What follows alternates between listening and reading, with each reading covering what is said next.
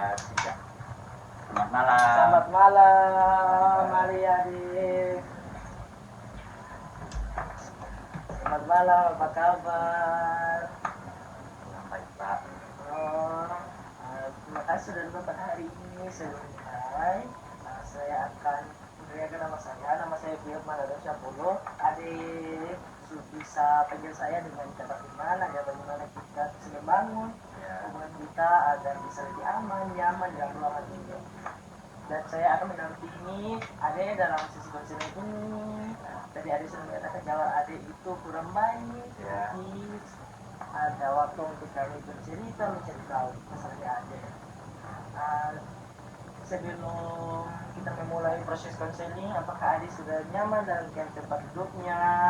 Kalau seandainya adik membutuhkan air atau cemilan, adik bisa ucapkan atau katakan saya kepada saya agar saya bisa membuat adik itu lebih nyaman supaya masalah yang adik alami itu bisa diceritakan. Jadi dalam konseling ini tujuan kakak yaitu membantu bagaimana adik memahami masalah yang sedang adik alami, bagaimana cara kita untuk menemukan cara mengatasinya. Kita akan bekerja sama. Adik bisa menceritakan adiknya permasalahan sesuai dengan kenyamanannya adik, termasuk dengan kerahasiaan. Jadi sebelum kita masuk ke dalam proses konseling, kakak akan mengatakan beberapa hal-hal penting sebelum kita memulai. Yang pertama yaitu ada dalam bimbingan konseling ada kerahasiaan, di mana kakak itu menjaga rahasianya adik. Kakak akan simpan masalahnya adik, kakak akan menyimpan walaupun itu masalahnya kecil, masalahnya besar, tetap kakak simpan. Tetapi adik harus berperan juga, adik harus menyuarakan sukarela, terbuka dengan permasalahannya adik. Waktu kita mungkin bisa ditentukan 60 menit agar waktu itu lebih efisien. Jadi adik itu bisa dalam waktu 60 menit ini adik bisa menyuarakan permasalahannya adik. Kalau seandainya tidak cukup, nanti kita akan melakukan jadwal-jadwal selanjutnya untuk melakukan pertemuan.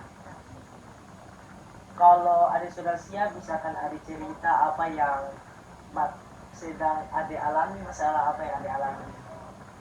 Jadi akhir-akhir ini saya kurang fokus untuk belajar.